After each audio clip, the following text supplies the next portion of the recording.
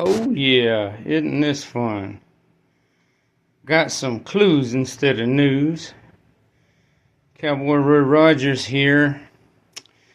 That used to be a toilet to sit on, but the lid got shifted and cracked the tank.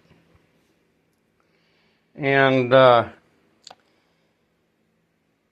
tank was leaking on the floor. Well, apparently the drain gasket had been leaking before that from the pipe.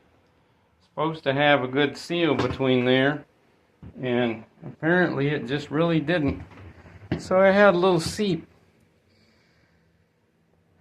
for probably more than the 5 years I've been here. Thankfully, I don't have to put a funnel in that hole that rag is covering and try to sit on it, because there's one more toilet when I turn the water back on. I had to disconnect the water to cut both of those water pipes. I had to shut it off. The copper one is completely disconnected from water supply. I installed the PVC.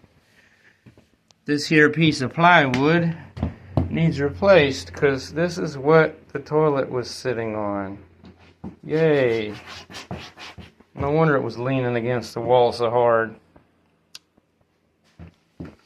So, somebody obviously had a similar issue in the past, had cut the flooring and put in some new plywood and pipe and put a toilet on it, and then put brand new flooring over, what's this, some really antique stuff here, and then a little bit newer stuff there.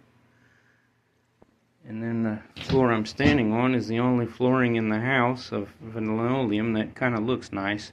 So I cut it right along the lines and then folded it over right where I could tell the edge of the board is, because there's a lump in the floor there. Well, I thought it was the edge of the board. It's the edge of something.